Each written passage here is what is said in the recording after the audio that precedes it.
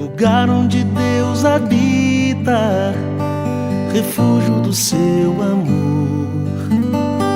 Ali sua graça é bendita, família. Irmãos, hoje nós vamos encerrar nossa série sobre família, né? Nós colocamos o nome da série de Pensando em Família. Hoje é o nosso 4º sermão, tá? Com o título Famílias que Descansam em Cristo. Eu te convido a abrir o texto de Mateus, capítulo 11. Nós vamos aplicar as palavras do Senhor Jesus na nossa família. Palavras sobre descansar na pessoa dele. Pedir meus irmãos diáconos fazer a gentileza de trazer um pouquinho de água, por favor, queridos.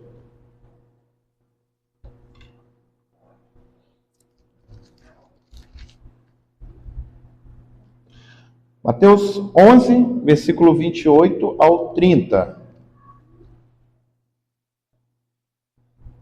Se diz a palavra do Senhor: Vinde a mim, todos os que estáis cansados e sobrecarregados, e eu vos aliviarei.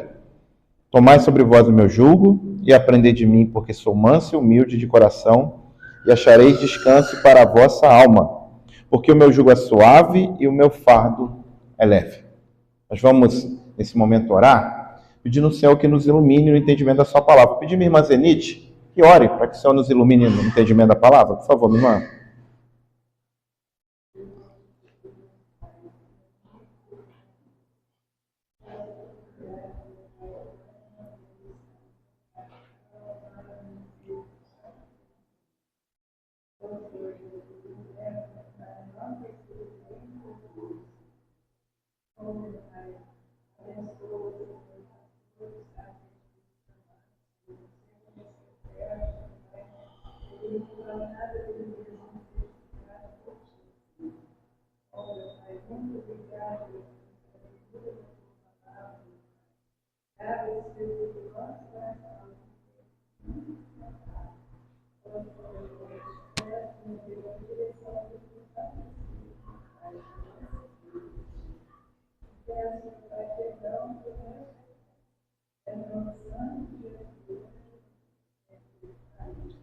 Amém. Queridos, no dia 4 de abril eu estava um pouco apreensivo. Ok, obrigado, tá? Obrigado, irmão.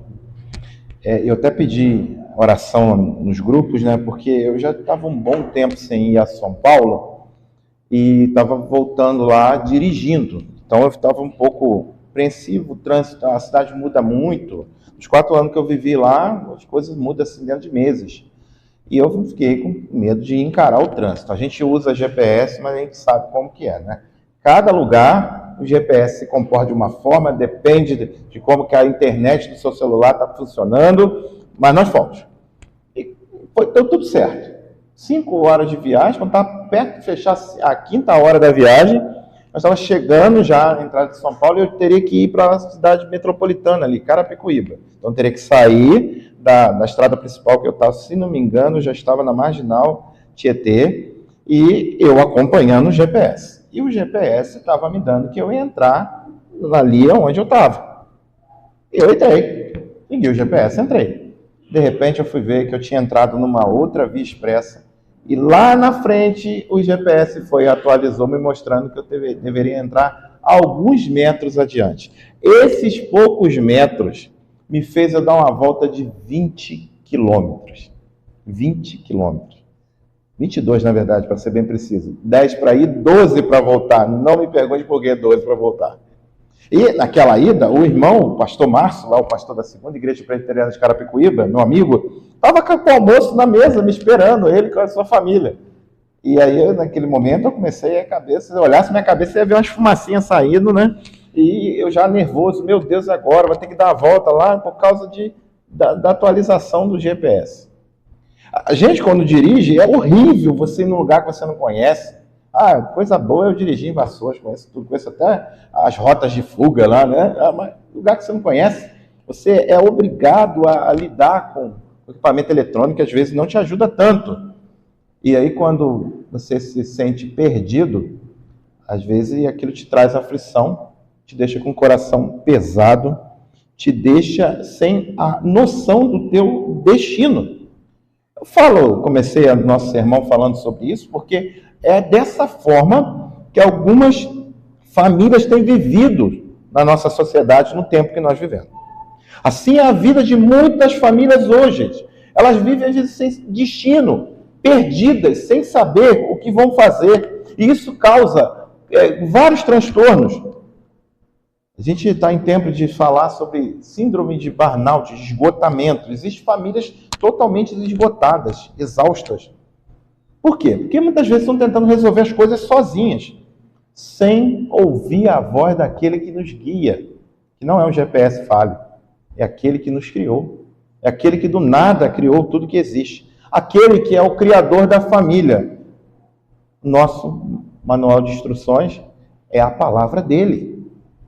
Hoje, nós vamos pensar um pouco sobre o que Jesus nos oferece aqui no versículo 28, 29 e 30 do capítulo 11 de Mateus e aplicar isso na nossa família.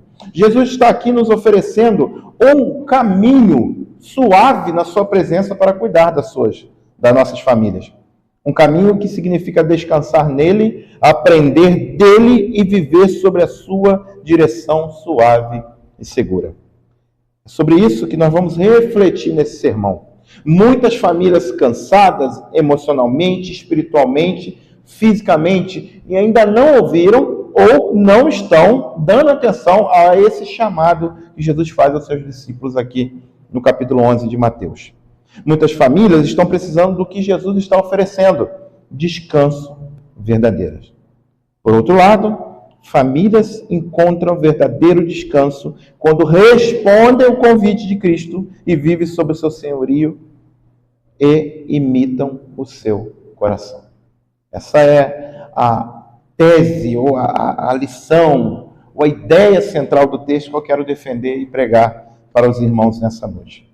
Como uma família pode encontrar descanso em Cristo nos dias de hoje? Nosso texto nos mostra as marcas de uma família que descansa em Cristo. A primeira marca que eu quero expor para os irmãos, chamar a atenção, é essa primeira.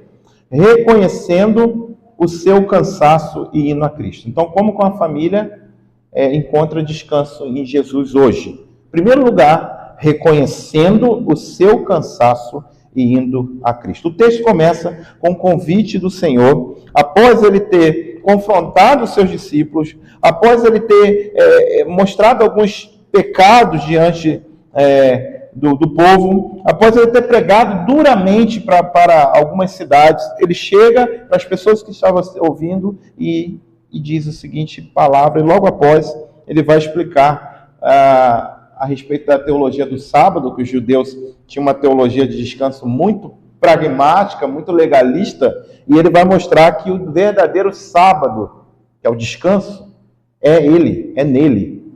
E o que nós celebramos na Nova Aliança, no domingo, foi separado por causa do que ele fez. Nós só temos o dia do Senhor por causa do Senhor. Nós só adoramos no domingo porque ele ressuscitou no domingo. E ele vai mostrar que esse descanso é nele. Por isso que ele vai expor aqui o início do capítulo 12. Mas no texto que nós escolhemos para pregar hoje, ele começa com as seguintes palavras: vinde a mim, todos os que estáis cansados e sobrecarregados, que eu vos aliviarei. Então, essa palavra é para aqueles que estão cansados e sobrecarregados. E a promessa é que existe um alívio em Jesus. Jesus fala diretamente a essas pessoas. Cansaço aqui não é apenas físico, também poderia existir. Pessoas caminhando dias para ouvir o Messias e poderia ter um cansaço físico. Mas ele fala de algo que é espiritual. Poderia ser algo emocional, mas é algo que começa dentro de nós. Pessoas esgotadas, naquele contexto, seria muitas vezes pelo jugo da religião judaica, que era um jugo legalista. Os fariseus colocavam um peso sobre as pessoas, peso que a palavra de Deus não coloca. E as pessoas não sabiam lidar com as lutas da sua vida. Ele oferece alívio A palavra grega aqui para alívio também pode ser traduzida como refrigério ou descanso interior. Não é uma coisa só física, é uma coisa interior. É isso que Jesus oferece para a sua audiência nesse texto. É isso que a graça de Jesus oferece para nós. A graça de Jesus ela é suficiente para quem reconhece a sua fraqueza. Somente aqueles que reconhecem a sua fraqueza, a sua necessidade, vai atrás da graça de Jesus. O descanso da alma não é encontrado nos nossos esforços próprios. O descanso para a alma só é encontrado em Jesus. E nós encontramos isso pela fé. Um dos slogans da Reforma Protestante é a famosa expressão latina sola gratia, ou somente a graça. Dizer somente a graça é dizer que você só precisa da graça e somente na graça você alcança descanso para as suas almas. Isaías 55, versículo 1, existe um convite de Deus para o seu povo.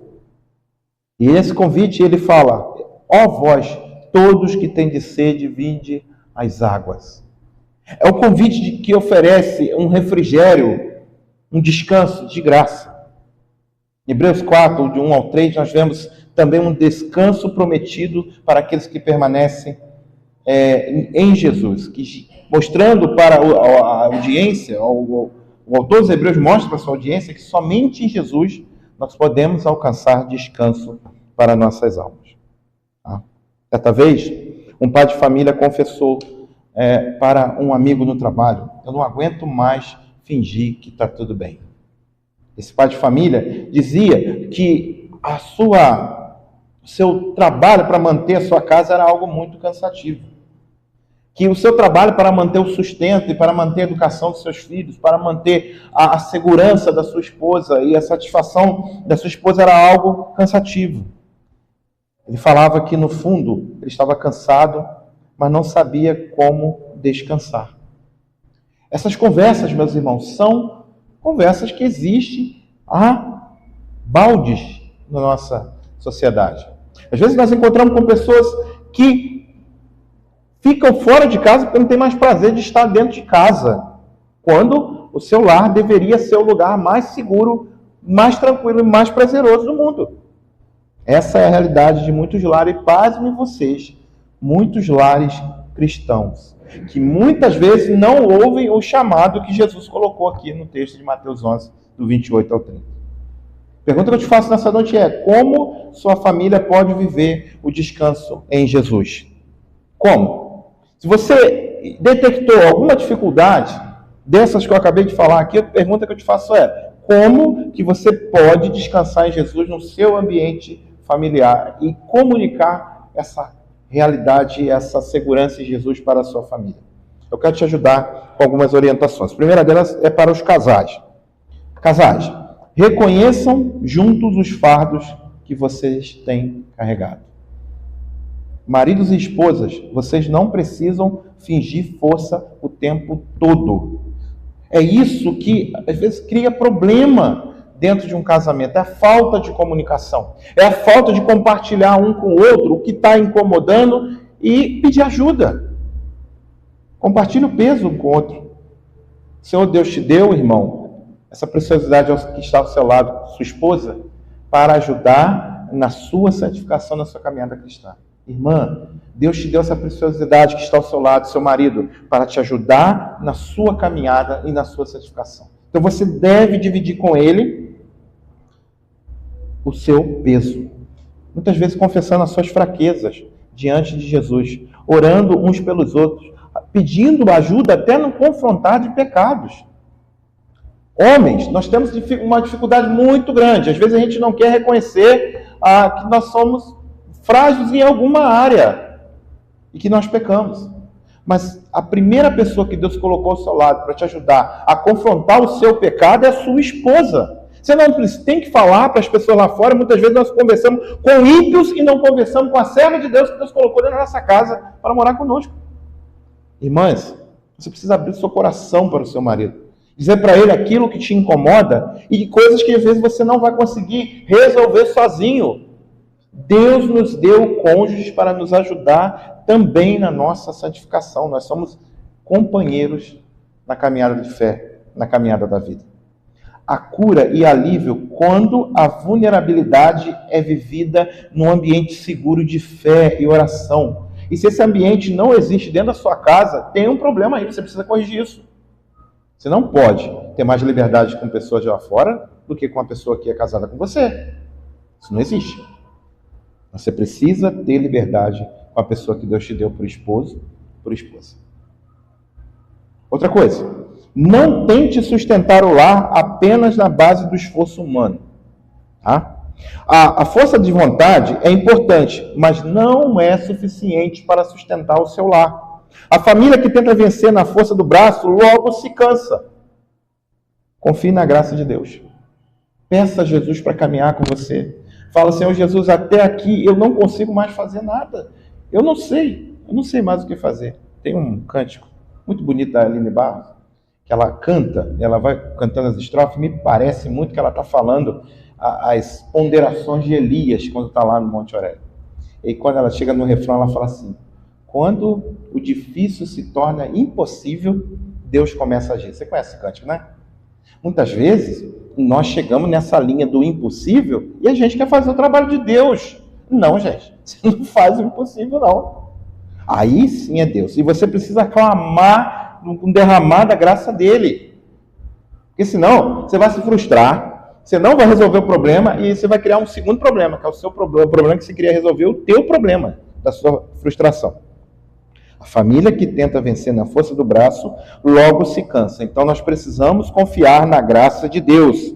É ela que sustenta, cura, orienta e renova o nosso lar diariamente. Por isso que nós precisamos clamar pela graça de Deus. Tem coisas que não dá para brigar, meu irmão.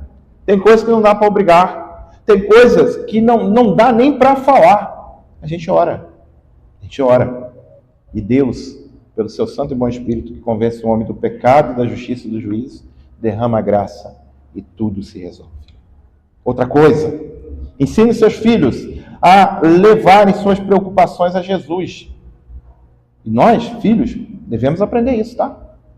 Nós, pais, nós podemos dar exemplos para os nossos filhos do que fazer quando a gente não consegue fazer nada. Desde cedo, e eu digo para vocês mais jovens, desde cedo vocês podem aprender que Cristo é acessível a vocês, tá? Não precisa crescer, ficar mais velho para entender que Deus só vai resolver as suas ponderações quando você ficar mais velho. Não. A graça de Deus nos permite que por meio de Jesus nós cheguemos até Deus. Crianças e adolescentes precisam aprender que Cristo é acessível, amoroso e poderoso para cuidar de todas as nossas ansiedades. Vocês acham que criança e adolescente não fica ansioso? Fica. Eu lembro quando eu morava em São Paulo, no período do seminário, chegava perto das férias e a gente vinha a Vassouras. E quando eu falava assim em casa, semana que vem nós vamos para a Vassoura, a Analice trocava o comportamento. Uma época lá que ela já tinha parado de fazer xixi na cama, voltava a fazer, ficava irritada, nossa, era uma ansiedade. Criança fica ansiosa e às vezes não sabe comunicar, não sabe conversar.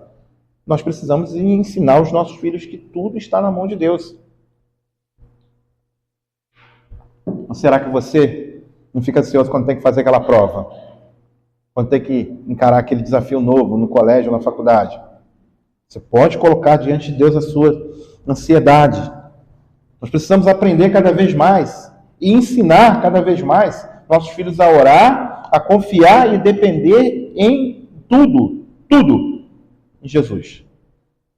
Um coração que aprende a descansar em Cristo, desde a infância, será mais preparado para enfrentar os pesos da vida adulta. Olha, crianças mimadas viram adultos mimados e adultos mimados são terríveis. Terríveis. Então, se o teu pai te dá limite, não fica chateado com ele não, tá? Ele está trabalhando no seu coração para que você tenha amigos e amigos te suportem lá na frente, tá? Vê esse negócio de dar tudo que a gente não tem, às vezes a gente está estragando os filhos. Por favor, tenha sabedoria nisso, tá? Outra coisa, se você não submeter seus filhos a desafios, o mundo vai submeter, eles não vão saber lidar com esses desafios. Bom? Então, de vez em quando eu ouço assim, você é muito duro, ainda mais com José. José, a gente precisa formar um homem. Ele nasceu menino, ele nasceu no sexo masculino. O homem é formado, e sabe como o homem aprende a ser homem? Com outro homem. Mulheres também, mulheres não nasceram mulheres, meninas não nasceram mulheres, nasceram do sexo feminino. Precisam aprender a ser mulheres. E como que meninas aprendem a ser mulheres? Com outras mulheres. Né? Tito fala na sua carta para que as mulheres ensinem as outras mulheres como mestra do bem. Palavra bonita, né? Acho bonita essa expressão demais. Mestras do bem. Nós, homens, precisamos ensinar os meninos também a serem homens. E nós temos a responsabilidade de dar amor e dar limites. Porque é assim que Deus faz conosco. Hoje pela manhã, eu aqui, ouvindo a aula que o presbítero Gabriel estava ministrando, eu pensei e lembrei de uma expressão que eu li num livro do John Stott, que eu estou lendo essa semana. Eu peguei esse livro para ler. Falando sobre a queda, né? E muitas pessoas perguntam, por que Deus permitiu de acontecer uma desgraça dessa? E o John Stott fala que algumas circunstâncias adversas Deus permite acontecer, porque senão nós não teríamos noção da bênção que Ele vai derramar por causa daquilo que aconteceu. Por exemplo, se não existisse a queda, nós precisaríamos de redenção? Os anjos não entendem a redenção porque eles não precisaram passar por isso. Os que não caíram, tá? Os que caíram já foram embora mesmo. Não vão ser redimidos. Agora, os homens entendem o amor de Deus porque Deus derramou sobre a nossa vida aquilo que a gente não merecia. Muitas vezes, Deus permite coisas difíceis na sua vida para você entender e experimentar o socorro dEle, a provisão dEle, o amor dEle. E muitas vezes nós negamos as dificuldades para os nossos filhos e nossos filhos não vão experimentar essas coisas. Aprenda a ensinar os seus filhos a depender de Jesus agora. Porque lá na fase adulta, eles vão continuar levando a noção de dependência e soberania de Deus para a vida deles. Além, meus irmãos, de reconhecer o seu cansaço e ir a Cristo, também aprendemos que uma família encontra o seu descanso em Cristo quando se submete ao ensino e ao senhorio de Cristo. O versículo de número 29 começa assim: tomai sobre mim o meu jugo e aprendei de mim, porque sou manso e humilde de coração. Jesus, ele não apenas alivia, Jesus ensina. Jesus ensina. O jugo, os irmãos que conhecem bem a lida da roça, sabem que jugo é aquela peça que se coloca em cima de 2 bois. Tá? E por que isso? Porque um boi, muitas vezes mais fraco, o mais forte ajuda o mais fraco a caminhar no arado da terra. Eu sei que eu posso estar falando algumas imprecisões aqui, porque tem gente aqui mais especialista do que eu nessa área. Eu tive algumas oportunidades ainda, morando em sítio, de ver isso. 2 bois puxando o arado, e o jugo ajuda a estabilizar esse caminhar. Quando Jesus fala, tome o meu jugo sobre vocês, ele está dizendo, aprenda a caminhar comigo, ao seu lado, porque ele é o mais forte. Ele é o mestre e o Senhor. O mais forte guia aquele que é mais fraco. O verdadeiro discípulo, meus irmãos, o verdadeiro discípulo de Jesus, ele se envolve na submissão do senhorio de Cristo. Nós estamos em tempo que as pessoas falam Senhor Jesus, às vezes não sabem nem o que significa isso. Nem significa isso. Dizer que você tem Jesus como Senhor é dizer que você é um escravo de Cristo. Porque às vezes a gente usa a palavra servo parece muito gourmet, né? Muito pomposa. Gente, servo é escravo. Servo é alguém que não tem direito nem da sua própria vida, não tem vontade, a não ser a vontade do seu Senhor. Sabe qual é a nossa vantagem de sermos servos de Jesus? É porque nós temos um Senhor bom, que não vamos nos tratar com diferença, não vai nos tratar com maldade. E o contrário de ser servo de Jesus é ser escravo do pecado. O pecado não é um Senhor bom. O pecado maltrata, o pecado destrói. O Senhor Jesus nos transforma, o Senhor Jesus nos eleva, mas nós somos ainda servos. A fé cristã é uma fé ativa, não uma fé passiva. Nós estamos numa caminhada, nós estamos sendo conduzidos a um lugar glorioso. nós estamos também em um constante aprendizado nessa caminhada. E a coisa que nós precisamos mais aprender na nossa caminhada é a obediência.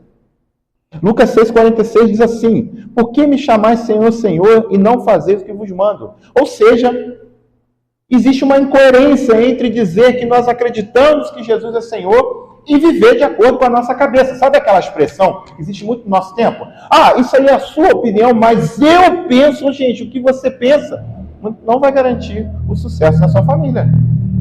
O que garante o sucesso da sua família é você fazer o que Deus quer. É você fazer o que o seu Senhor manda. João 14:23, Jesus diz assim: se alguém me ama, guardará a minha palavra. É um chamado de Jesus, o Senhor Jesus, à obediência à sua vontade. Eu estava seguindo o GPS, mas eu não ignorei ele que me traiu na minha viagem. Mas muitas vezes a gente ignora o GPS sem conhecer a caminhada. Entramos na rua errada e isso nos leva a perder tempo e a frustrações. Quando confiamos que estamos na direção certa, nós conhecemos o lugar, ou seguimos o mapa, ou seguimos aquele mapa mental que você já tem das estradas, nós chegamos no lugar em paz. Às vezes, quando nós negamos tudo aquilo que nós sabemos que é verdadeiro, nós nos frustramos. Mapa para ter uma família de acordo com a vontade do Senhor é seguir o senhorio desse Jesus. Nós precisamos entender que existe um Senhor acima de nós sobre a nossa família. Inclusive nós que somos chefes de família. Existe alguém que nos dá uma direção, que nos livra do caos que é esse mundo. Mundo de pessoas que vivem família de acordo com a sua cabeça. Esse alguém é o nosso Senhor Jesus. Quem está guiando a sua família de fato? Responda no seu coração com sinceridade. Quais são os padrões que você tem colocado para a sua família? Nós que já temos família há mais tempo, vocês que ainda não casaram, que padrões que você vai colocar quando você tiver família? Vocês que estão iniciando família, de que forma que você vai criar seu filho? De que forma que você vai lidar com seu cônjuge? Qual é o padrão que tem guiado a sua família de verdade? Tá? Reflita hoje honestamente. Você tem conduzido o seu lar segundo os princípios de Cristo ou tem seguido as pressões da cultura, das redes sociais, das tradições vazias, porque mamãe fazia desse jeito, ou porque minha mãe fazia desse jeito, agora eu vou fazer diferente, porque eu não quero ser igual, ou porque meu pai fazia desse jeito, agora eu vou ser diferente. O que você tem seguido? Tem coerência com a tua fé? Essa é a pergunta que eu te faço nessa noite. Identifique quais as vozes estão moldando a sua casa. São os movimentos de ideologias que existem no nosso mundo? É porque essas coisas vão entrando na nossa vida e quando a gente vê, nós somos machistas e feministas sem ler um livro dessas teorias. A nossa cultura está tão impregnada dessas maldades, que quando a gente vê, a gente está mundanizando a nossa família e a gente precisa de um sermão como esse para poder botar a nossa família no eixo. Examine seu coração. Identifique quais são as vozes que têm moldado a sua casa. Coloque a voz de Jesus em primeiro lugar. Eu sei que você pode continuar usando o arroz e o café que a sua mãe usava, que o seu pai comprava. Sei que você pode tomar decisões de acordo com o que o seu pai te ensinou, a sua mãe ensinou. Não é isso que eu estou mandando você desprezar, não. Eu estou falando para você colocar a voz de Cristo em primeiro lugar. E ter a voz de Jesus como parâmetro de qualidade para todas as suas ações dentro da sua família. Tudo que você tem decidir na sua casa, decida à luz da palavra de Deus. Toda decisão familiar, seja sobre finanças, criação de filhos, relacionamentos ou prioridades, deve ser filtrada pelas Escrituras Sagradas. Busque conhecer juntos a vontade do Senhor. Gente, a vontade do Senhor é a coisa mais fácil da gente conhecer, porque ela está revelada aqui, nesse livro. Coisa mais fácil. Não sei, a tua vontade eu não sei, porque se você não me falar, eu não vou saber. Mas a vontade de Deus, ela está revelada nas Escrituras. Busque juntos conhecer a vontade do Senhor. Isso exige tempo lendo esse livro, se dedicando em oração, em um diálogo intencional com Jesus Cristo. É quando você fala com Ele, Ele fala com você. Isso é diálogo. Você fala na oração e ele te responde nas escrituras. E também diálogo com a pessoa que está ao seu lado, de forma intencional. Isso expande até para toda a sua família. Faça de Cristo o centro constante, não apenas uma lembrança de domingo. Não trate Jesus como aquele visitante que vai na sua casa uma vez por semana tomar café com você, mas como o Senhor que reside no seu lar. Permita que o Evangelho molde o modo que você se comunica, resolve conflito, distribui tarefas e enfrenta dificuldades. É sob a luz do Evangelho que você tem feito essas coisas?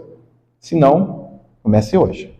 Se você permitir que o Evangelho molde o modo que você comunica, resolve conflitos, distribui tarefas no lar e enfrenta dificuldades, a paz de Cristo governará cada aspecto da sua vida familiar. Mesmo nos dias difíceis. Mesmo no dia que não tiver sol. Mesmo no dia que não aparecer borboleta pousando na sua janela. Mesmo no dia mau e que a escuridão bater sobre a porta do seu coração, você vai entender que a paz de Cristo está governando a sua família. Além de reconhecer o seu cansaço, além de reconhecer o senhorio de Cristo sobre a sua família, famílias que descansam em Cristo vivem com mansidão e humildade. Versículo 29 ainda, porque sou manso e humilde de coração, acharei descanso para vossas almas. E no 30 ele fala, porque o meu jugo é suave e o meu fardo é leve. Aqui Jesus revela o seu caráter para a sua audiência, para os seus discípulos ali naquele momento. A primeira coisa que ele vai usar, a primeira palavra que ele vai usar é mansidão e humildade.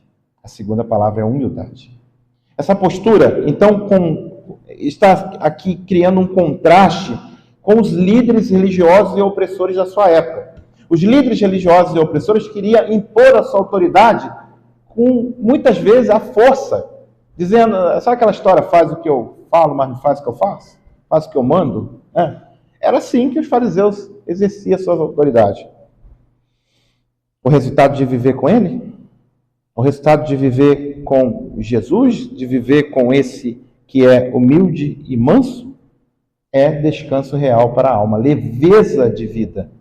Diante de nós, meus irmãos, nós vemos Jesus explicando que o Espírito Santo gera frutos de mansidão e humildade daqueles que verdadeiramente são salvos. Ele estava falando para pessoas que iriam herdar a salvação.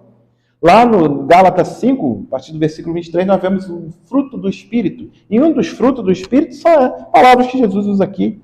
Alguns dos frutos do Espírito, mansidão e humildade. A nova vida em Cristo transforma o coração e, por consequência, os relacionamentos, tá? Então não vem com esse negócio, olha, esse é meu jeito. Olha, o Evangelho te convida a você viver do jeito de Jesus. Se esse é teu jeito, você tem que entender uma coisa, se você está ferindo pessoas, você tem que mudar o seu jeito. O cristão precisa ter frutos do Espírito, porque Jesus é manso e humilde. Nós precisamos ser imitadores de Cristo. Filipenses 2, versículos 5 a 8, nós temos o seguinte texto, nós lemos aqui já, não me engano foi no último sermão. Tende vós o mesmo sentimento que houve também em Cristo Jesus. Esse texto vai explicar que ele, sendo Deus, ele não achou que seria algo que não pudesse haver uma renúncia, né? Ou que ele não poderia fazer o que ele fez sendo Deus. O que ele fez? Tornou servo. Tornou servo e em figura humana veio morrer por nós, e morte maldita, morte de cruz. Efésios 4:2 diz que nós precisamos ter humildade e mansidão conforme o nosso Redentor. Um lar, meus irmãos, sem mansidão é como um carro desgovernado. Um carro desgovernado é rápido, é barulhento, mas é muito perigoso. É muito perigoso. Um lar com humildade é como um rio tranquilo, profundo, firme e cheio de vida. Cheio de vida. Olha só, as duas figuras que eu coloquei diante de você. Um carro desgovernado. Essa semana eu sofri diante de um carro desgovernado que me jogou para fora da estrada. E graças a Deus que eu fui para fora da estrada. Se ele me pega, ele me jogava longe. né? E eu vi que é muito perigoso um carro desgovernado. Agora, um rio tranquilo, ele é profundo, ele é firme e ele dá possibilidade de existir vida. Diante dessas duas figuras, eu te pergunto, que tipo de lar você quer ter? Que tipo de lar você quer ter? Você quer um lar marcado por aflição ou pela graça? Aí você vai olhar e falar assim, pastor, que conversa, né? Quem é o louco que vai falar que quer um lar com aflição? Mas para a gente ter um lar pela graça, nós precisamos negar a nós mesmos e abraçar a proposta de Jesus. Então, algumas orientações para te ajudar nisso. Por exemplo, a escolha começa em pequenas atitudes. Troque a crítica constante, sabe? Aquele seu costume de sempre achar um problema. Sempre. Se eu estou falando para pessoas aqui, eu sei que muitas vezes tem um problema, mas nem sempre. Se eu estou falando para pessoas pessimistas que acham erro em tudo, pelo amor de Deus, será que está tudo errado? Preste um pouquinho mais de atenção. Troque a crítica constante pela palavra branda. E se você for tentar corrigir, use sabedoria e amor. O tom da sua voz pode mudar o ambiente da casa e o rumo de uma discussão. Meu pai é excelente, gente. Meu pai é excelente. Quando ele quer ganhar uma conversa, ele fala mais baixo ainda. Complicado discutir com meu pai. Ele é indigesto. Ele tem um controle emocional que... Eu puxei minha mãe, cara. Eu sou completamente... Minha mãe já era explosiva. Eu puxei a mamãe. Meu pai, eu já vi ele dobrando uma vez um médico, colocando dentro de uma sacola de mercado com a educação dele. O homem não sabia o que falar com meu pai. Porque ele tem uma inteligência assim, que só pode ser Deus para dar aquela inteligência para ele. Eu tenho falado aqui sobre meu pai, pedindo aos irmãos para orar pela sua conversão. Ele precisa de Jesus. Vai ser lampejo da graça de Deus sobre a vida dele. Impressionante. Impressionante. E eu falo por mim, todas as vezes que eu levanto a voz, vocês podem ter certeza, o pastor João perdeu o controle. Isso lá em casa, isso às vezes com a minha esposa, eu pedir perdão, algum amigo. Todas as vezes, você vê eu levantando a voz, eu perdi o controle da situação. É assim. Pode ser isso com você também. Pode ser. O que a gente vai fazer? A gente vai lutar para pensar de que forma Jesus responderia naquela situação. Vocês perceberam, né, nos evangélicos, a única vez que Jesus pegou um chicote foi quando o pessoal estava entupindo o acesso dos gentios à adoração ao Deus verdadeiro. Aí ele desceu a lenha. Aí, meu filho, não teve jeito não. Sai daqui, a casa agora virou Covid ladrão, faz aqui. Fora isso, as pessoas vinham para tentar ludibriar, pegar Jesus pelo pé, ele respondia com a sabedoria divina. Né? Lembra daquele caso lá da mulher adúltera? Ele falou, Jesus fala assim, a lei mandou matar? Então mata. O homem não apareceu na conversa, né?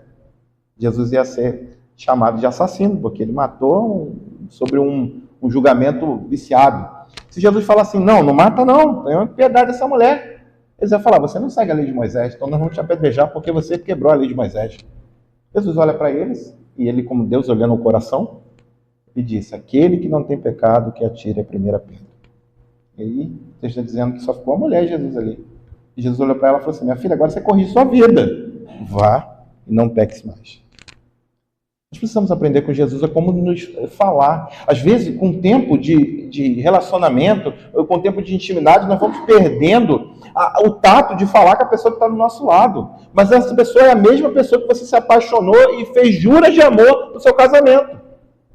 Outra coisa, essa pessoa faz parte do povo de Deus, é noiva de Cristo. E às vezes nós falamos alto com pessoas que fazem parte da noiva de Cristo. Jesus não gosta disso não. Jesus não gosta disso não. Mas nós somos pecadores. O que a gente vai fazer com nossos erros? Se arrepender, pedir perdão a Deus e ao nosso irmão e não fazer mais aquilo lá. Lá na frente a gente vai ter outra coisa para resolver. Mas não vai ficar pecando o mesmo pecado não, que isso desgasta a relação. O tom de voz pode mudar o ambiente de uma casa inteira. Tome cuidado com o seu tom de voz. Pratique o perdão como estilo de vida. Nenhuma família é perfeita, mas o Evangelho nos chama a perdoar como fomos perdoados. É assim que nós oramos na oração do Senhor? Perdoa as nossas dívidas, assim como nós perdoamos os nossos devedores. Guardar mágoas Ah, gente, é o maior prejuízo. O maior prejuízo. Guardar mágoa é como se você guardasse um produto corrosivo dentro de uma caixa de isopor. O que vai acontecer com a caixa de isopor? Vai dissolver tudo, corroer tudo. Nós estamos livres de errar contra o nosso irmão. Mas nós podemos resolver o problema. E a palavra nos dá uma orientação muito interessante. Não deixe o sol se pôr sobre a sua ira. Ou seja, se você errou com a sua esposa, se você errou com seu marido, se você errou com seus filhos, não deixe o dia acabar antes de resolver esse problema. Amanhã vai ter outro para resolver. Vai ficar acumulando? É pior que boleto, gente. É pior que dívida. É pior que cartão de crédito. Resolva hoje. Seja exemplo de humildade. Perdoar alivia a alma e fortalece laços. A gente acha que, vou perdoar, vou perder minha autoridade diante do meu marido. Vou perder minha autoridade diante da minha esposa. Não. Você vai criar confiança, sabendo que quando você está errado, você pede perdão. Tá? E aí a pessoa fala assim, peraí, meu marido não é isso não, aconteceu alguma coisa, minha esposa não é isso não. Tá? Uma das coisas que a gente deve desenvolver é a confiança, em primeiro lugar, com o seu cônjuge. Alguém pode falar assim, pessoa, o teu marido fez isso, você tem que olhar e falar, não, peraí, até que me prove o contrário, esse daí não é meu marido, não. Marido não. Por quê? Isso desenvolve por meio da confiança. Seja exemplo de humildade também para as crianças, para os filhos. Mais do que palavras ou regras, os filhos aprendem pelo que veio. Eu já venho falando aqui o mês inteiro sobre isso. Mostra a eles que ser cristão não é ser impecável, mas é depender de Deus com sinceridade. Até quando você se quebranta, você ensina. Até quando você chega diante do seu filho e fala assim, filho, o pai pesou a mão, o pai foi além daquilo que a Escritura ensina. Eu te peço perdão. Você não vai perder a autoridade, não. Você vai ensinar que você dá sentido àquilo que você fala para ele que é verdade. Tá bom? Até quando nós nos quebrantamos, nós ensinamos. O lar cristão deve ser uma escola da graça, não da cobrança fria. O lar cristão deve ser uma escola que mostra como nós devemos depender de Deus. Assim nossos filhos vão aprender a depender dele também. Mude a atmosfera do lar com atitudes simples, mais poderosas. Por exemplo, em vez de gritar, escolha uma conversa com paciência. Eu sei que às vezes a paciência chega ao limite. Não resolva nada com a cabeça quente. Esfria. Toma um copo d'água gelada, conte até 10. Respira, depois conversa. Gritar não resolve nada. Escolha conversar. Sabe, prestando atenção nas palavras que você está usando. A gente faz isso às vezes diante das autoridades. Você vai conversar lá, fazer um depoimento diante do juiz, você não fala qualquer coisa. A semana eu estava vendo um vídeo de uma audiência lá do Supremo Tribunal Federal, né? E o advogado, ele usou uma expressão que não deveria usar. Ele falou, vocês, vossas excelências. E aí o ministro ficou bravo. Falou, você é um advogado. Ele, o que eu fiz? Ele assim, ficou à vontade ali falando, eu acho que um pouco nervoso também, e ele falou você para a autoridade. E ele é um doutor. Ele é um doutor. Aí o ministro corrigiu e falou assim, não, você deve se dirigir a nós como vossas excelências. O juiz vai chamar a atenção da gente, não vai? Por que você não mede as palavras quando você fala com a sua esposa? Tem que medir. Se você mede, continua. Tá? Não existe casamento tão bom que não possa ser melhorado. E não tão ruim que não possa ser consertado, né? Não é assim? Se você faz, continua. Se você não faz, essa palavra de Deus é para você. Meça as suas palavras. Veja de que forma que você vai usar. Em vez de competir entre si, sirvam uns aos outros com alegria. Lembra do amor em via dupla que a gente falou no sermão passado? Não olhar para os nossos próprios interesses, mas olhar para o interesse do outro. É isso que nós devemos fazer. Em vez de acusar, abrace. Abrace. Às vezes seu marido precisa de um abraço, não precisa de uma crítica naquele momento. Depois vocês vão conversar, resolver. Às vezes sua esposa não precisa que você crie mais problema com ela. Não, ela precisa que você trabalhe o coração dela. Em vez de acusar, abrace. E mostre que o amor cobre multidão de pecados. Isso que está escrito em 1 Pedro 4, 8. O que isso quer dizer? Fala que o amor nos ajuda a resolver coisas que o pecado cria. Nós devemos, então, colocar amor em primeiro lugar. Quero concluir, meus irmãos, entendendo que Cristo convida nossas famílias, a uma nova forma de viver, não baseada em culpa, ativismo ou aparência, mas no descanso de quem anda com o Salvador. O jugo de Cristo, meus irmãos, ele é suave, porque ele carrega conosco, ele carrega a maior parte. O seu ensino é leve, porque ele é gracioso. Ele não dá aquilo que a gente merece, pelo contrário, ele dá aquilo que a gente não merece e faz isso por amor. E o lar que se submete a ele, como Senhor, encontra paz mesmo em tempos de tempestade. Se você ainda não tem um lar de paz, saiba que Jesus Cristo transforma todas as coisas. Você só precisa tomar uma decisão neste momento. Jesus Cristo ainda salva pessoas e transforma famílias. Então você precisa chamar Jesus para morar na sua casa. E a primeira casa que eu estou falando não é aquela feita de tijolo, não. É o seu coração. Uma vez que Jesus mora no coração do homem, ele transforma a vida desse homem, dessa mulher, transforma a sua casa, transforma o seu ambiente, transforma a sua família. Que você alcance descanso para a sua família em Jesus. Que você não busque descanso para a sua família em outro lugar, que você não vai encontrar. Somente em Jesus alcançamos descanso para nossas almas. Porque o seu jugo é suave e o seu fardo é leve. Que ele assim nos abençoe. Amém. Lugar onde Deus habita, refúgio do seu amor.